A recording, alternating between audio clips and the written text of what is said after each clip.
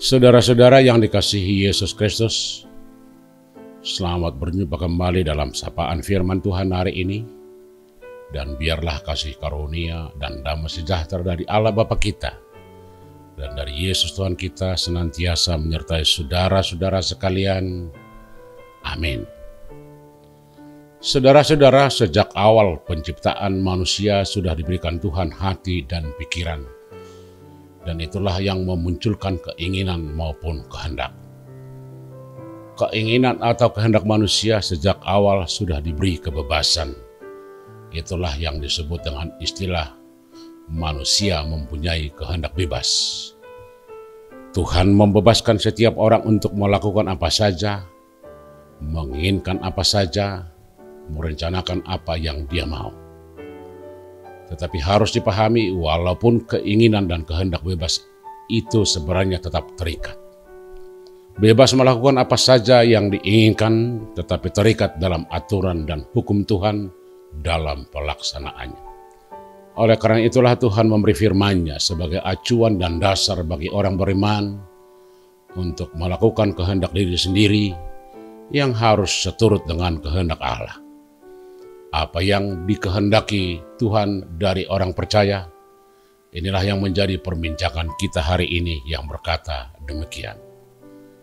Dan keselamatan tidak ada dalam siapapun juga selain di dalam Dia, sebab di bawah kolong langit ini tidak ada nama lain yang diberikan kepada manusia yang olehnya kita dapat diselamatkan. Kisah Rasul 4 ayat 12. Saudara-saudara, firman ini disampaikan oleh Petrus dan Yohanes kepada mahkamah agama Yahudi yang menangkap mereka karena memberitakan Injil keselamatan, yaitu Yesus. Akibatnya para tua-tua, Saduki, tokoh-tokoh agama marah dan mengadili mereka. Sebagai ajaran dan jemaat yang baru bertumbuh di tengah agama Yahudi yang sudah mapan dan mengakar, pemberitaan tentang Yesus merupakan sebuah kemustahilan. Yesus telah disalib karena membawa ajaran yang begitu berbeda dengan yang sudah biasa mereka lakukan.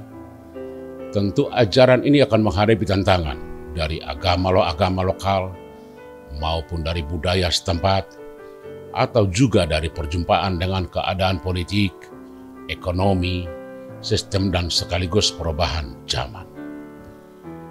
Perubahan ajaran dan zaman sangat mempengaruhi pemahaman dan pemaknaan hidup. Itulah sebabnya Paulus pernah mengingatkan jemaat di kota Roma agar jangan menjadi serupa dengan dunia ini, tetapi berubahlah oleh pembaharuan budimu. Demikian kata Paulus.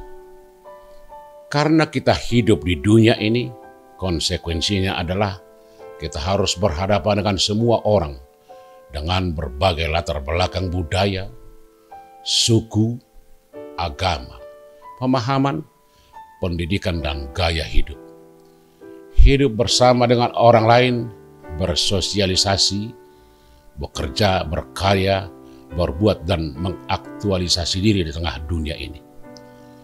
Kita tidak dapat dipisahkan dari orang-orang di sekitar kita, dan ini dengan perlahan membentuk pemahaman kita, dan pada gilirannya kita bisa menjadi serupa dengan orang-orang di sekitar kita.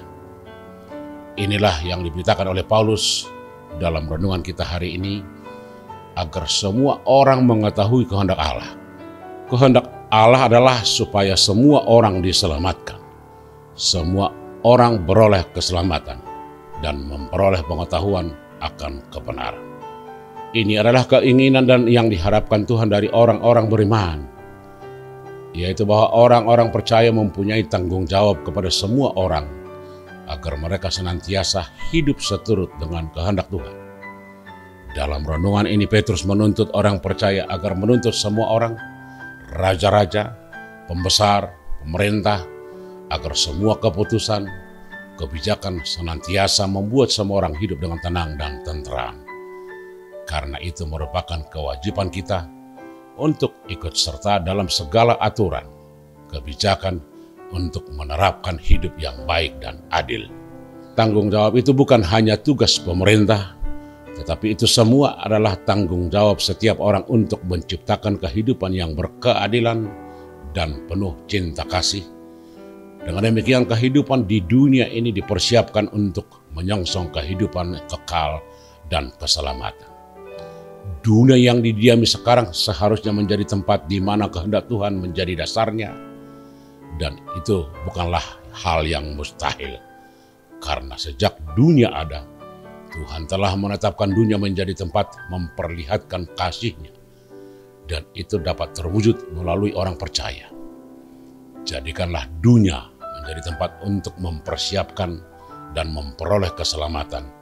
Sebab itulah pengetahuan akan kebenaran. Semoga Tuhan menyertai kita. Amin.